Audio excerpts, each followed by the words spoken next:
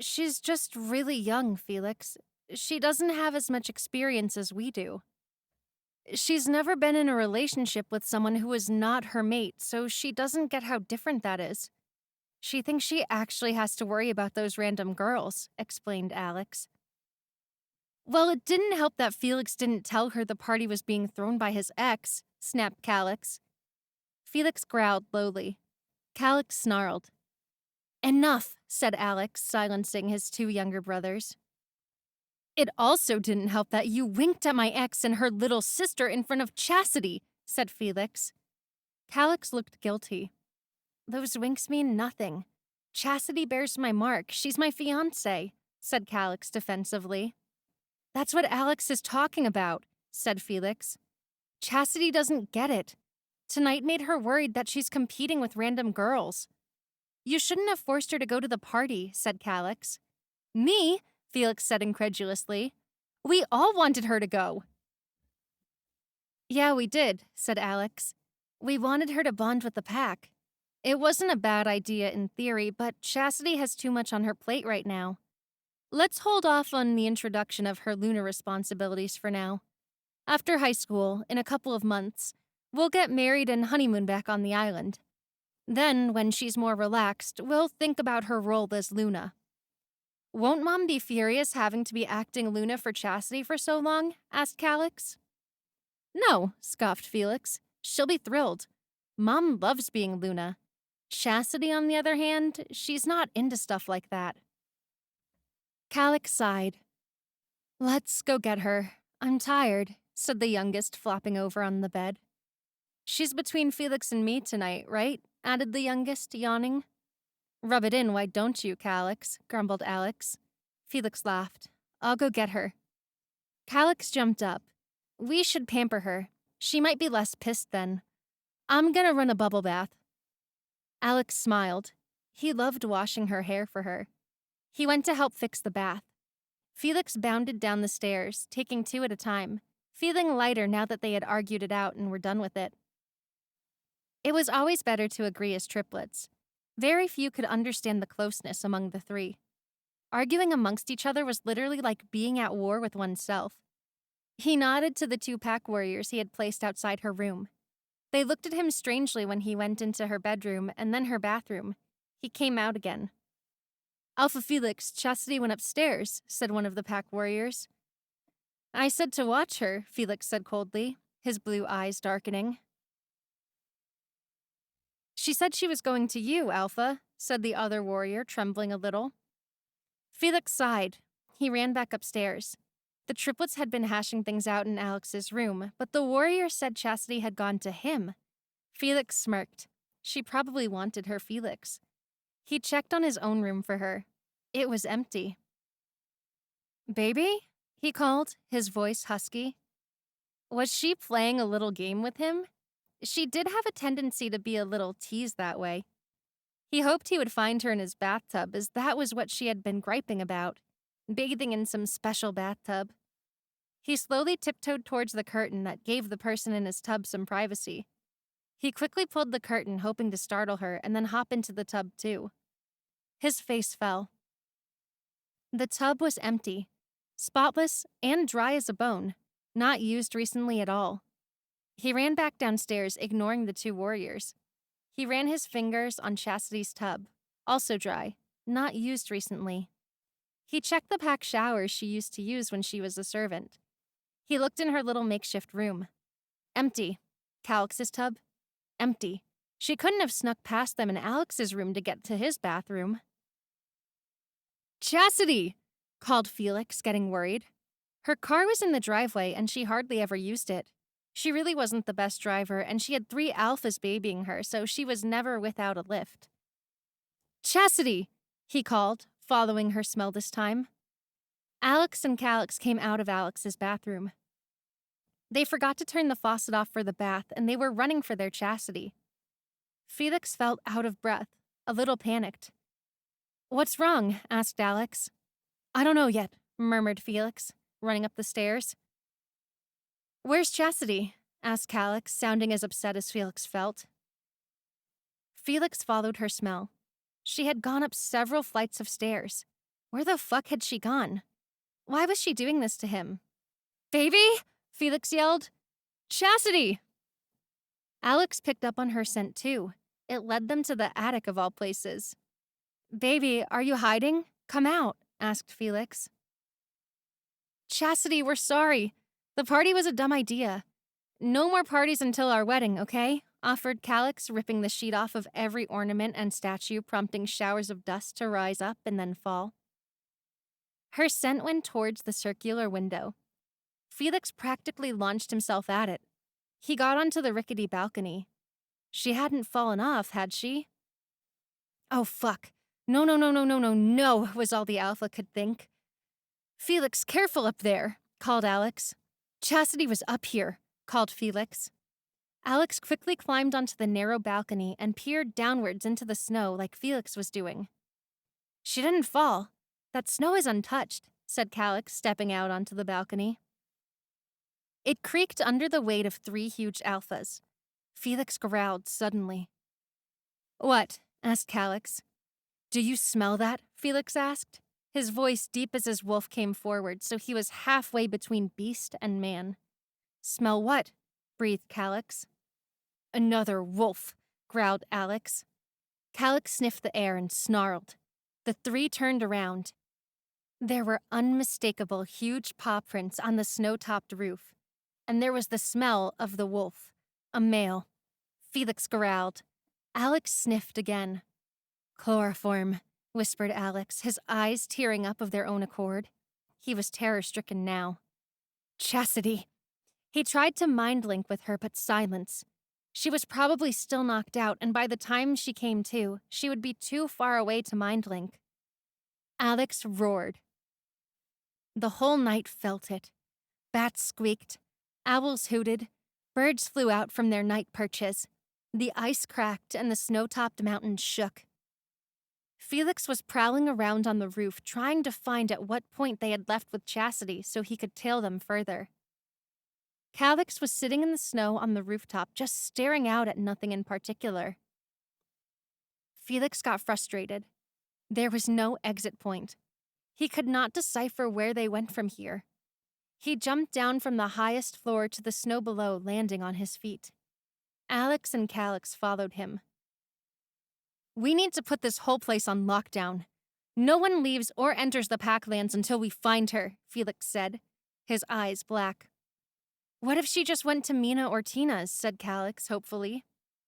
Those girls were drunk out of their minds, said Alex. Why would she do that? And how would that explain the foreign wolf smell? Felix took a deep breath. He snarled. He roared, flipping one of the cars in the driveway over with his bare hands, sending it smashing on top of the next car over. The alarms all went off. Their parents and several warriors and staff members ran outside. Felix, cried his mother. What are you doing? Where's Chastity? Roared Felix. How would I know? Screamed Luna Ronnie. Felix stalked up to her.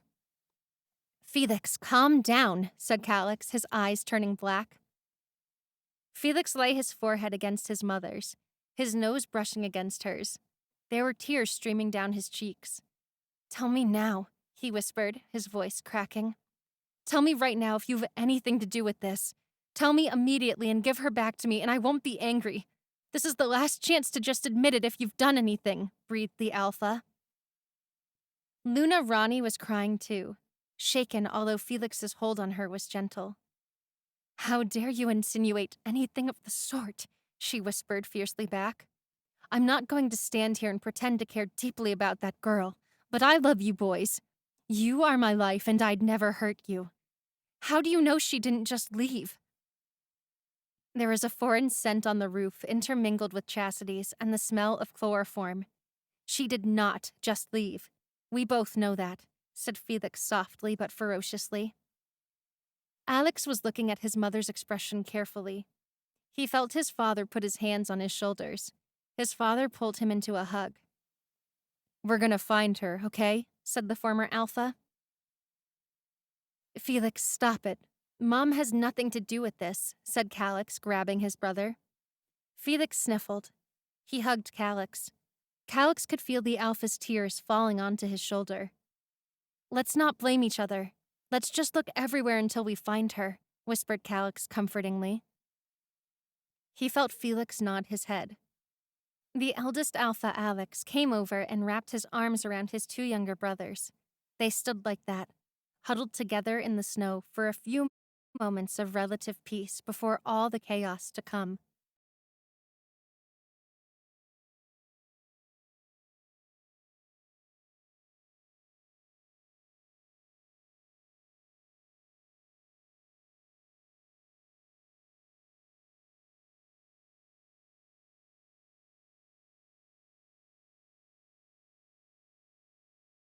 I spotted a tattoo on the man's ankle, a snake curled around a full moon. Had this man been the huge wolf or the one that grabbed me? You sure this is her? Said a voice. Yeah, the triplets mate, said a higher-pitched voice. Boss will be so pleased, said the voice. I want the full amount before I hand her over, said the higher-pitched voice. No, half now, half later, said the deeper voice. Are you out of your mind? Do you know what I risked to get her? Said the high-pitched voice. I want my money now. After, bellowed the deeper voice, snarls and growls. The other guy before me got his neck snapped by Loverboy, the crazy one, her middle alpha. Felix killed him in a matter of seconds. He died trying to bring her to you, said the higher-pitched voice. Hearing Felix's name thrown around like that made my heart ache. I suddenly felt nauseated. I felt awful. I needed help. I wished I were draped over Felix's chest with Alex and Calix on either side of me. I couldn't stop picturing Calix's dimples, Alex's baby blue eyes, and Felix's devilish grin. My heart soared a little, even if I was only with them in my imagination. Heavy footsteps resounded in my ears. I was hoisted upwards. I tried to kick and scream, but to no avail. I was bound too tightly. Everything was a blur. Someone slung me over his shoulder like I was a sack of potatoes. I was carried out of the van and into a building. I squirmed in the person's arms until he barked at me. If you don't hold still, I'll have to knock you out. I went limp in the person's arms. He swung me off his shoulder and onto a cold, hard surface that was higher off the ground than I had expected. I was on a table, a wooden dining room table. I glanced around. I was in a high-ceilinged room with stone walls. I could hear the crackling of a fire nearby and felt warmth. I heard the scraping of knives and forks against ceramic. Someone was eating dinner. I could hear them gulping mouthfuls of liquid, probably wine, and eating food. I smelt steak, medium rare, tinged pink in the middle. The smell upset me. The nausea. I began to thrash about. What's wrong with her? Asked the deep voice. She's suffocating, said the higher one. Do something, commanded the deeper voice. The duct tape was ripped off my lips and my gag was removed. My mouth felt grainy and dry. I coughed. The cough sounded hoarse. I was surprised how little power I had in my voice. What do you want? I asked, my voice barely a whisper. Someone was loosening the ties on me. I was able to sit up. My wrists were still bound behind my back and my ankles were tied. I felt a small amount of relief. I looked at my kidnappers. The higher-pitched voice belonged to a skinny man with a gaunt, pointy face, straggly, greasy hair, and beady eyes. He was human. What was he doing with werewolves? He must have been the one with the chloroform. The other was clearly a werewolf. He was tall, broad-shouldered, and heavily muscled. He had a sleeve of tattoos on his left arm and a few tattoos on his right. His ankle bore the snake with the full moon tattoo. He had hazel eyes from what I could tell, maybe green, tanned skin and brown chopped hair. His jaw was strong. Something about his demeanor reminded me of Felix, making me think he was tough and even violent, yet good-hearted deep down. Deep, deep down. He was a criminal. I fixed them with a blank stare. There was no need to antagonize them. I had seen tons of movies where the kidnapped person threatens the kidnappers. I didn't think that was smart. Hey, I just want to know what you want, I asked again, still a whisper but clearer. Money? The Felix-like one smirked. He was less cute. I frowned. My heart hurt. Maybe my mind had made up their resemblance as a coping mechanism. What's your name?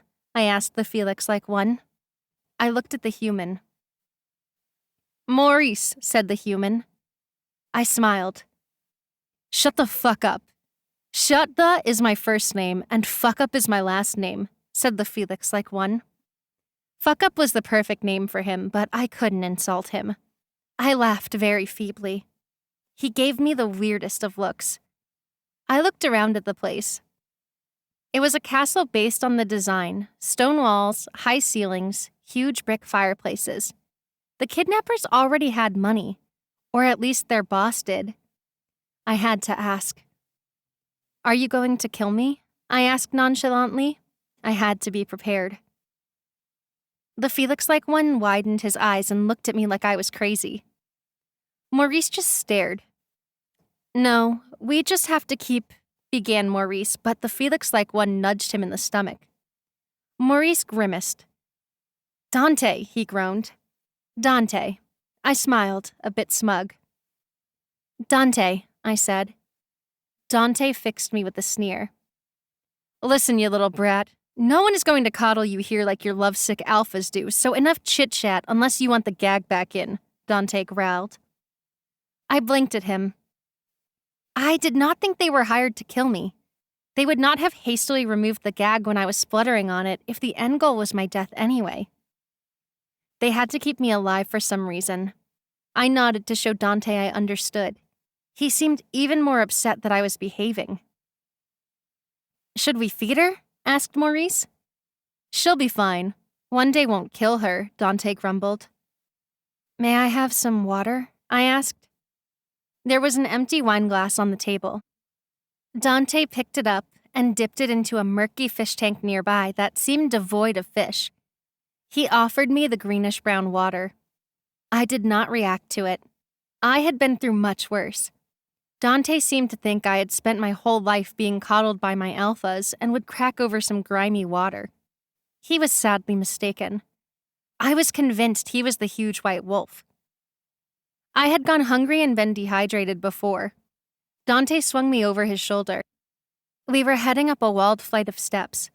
There was a small room at the top with a cot and a simple bathroom attached. He threw me down on the cot. He took a dagger and cut the ties on my wrists and ankles. I'm doing this so I don't have to help you use the bathroom. There are no windows in the bathroom or here in the bedroom. You will be fed periodically. If you rush the door when I open it, the restraints go back on, threatened Dante. I nodded emphatically. My name is Chastity, I said. Dante snorted with laughter. I would hope so. Do you know my parents? I asked eagerly. I had to ask. I knew it was a long shot, but... Dante's sneer faltered a little but quickly recovered. I caught it, though. When was the last time you saw them? I whispered intensely. Shut up, growled Dante, his eyes turning black. I stiffened. I sighed. I felt drained but unable to sleep. It was cold. I needed my alpha's body heat. I sighed. As soon as Dante left, I scoured the room for any weak point. No windows. The only door was the exit. The door between the bathroom and bedroom had actually been ripped off its hinges. I wondered if we were still in my alpha's packlands. If the Luna was behind this, would she actually want me dead? Who would her boys marry if she got rid of me? I tried to mind blink again, calling Alex first a few times, then Calix, and then Felix. Silence. I was far away, or perhaps I had been injected with wolfsbane or something that prevented my lupine abilities from working well. I etched a notch into the bed frame. I sighed. I fell into a fitful sleep. I tossed and turned all night. I woke up to wave after wave of nausea. I vomited and vomited in the bathroom. What's wrong with her? Snarled Dante outside my door. Is it contagious? I retched again. I had never felt this way. I groaned. They went away for a while. The door opened. Dante threw a box at me. "Pee on it," he said offhandedly. I glanced at the box. It was a pregnancy test. Dear user, now you are reaching VIP chapter for next one. Please open the app to unlock single or multiple VIP chapters. Thanks.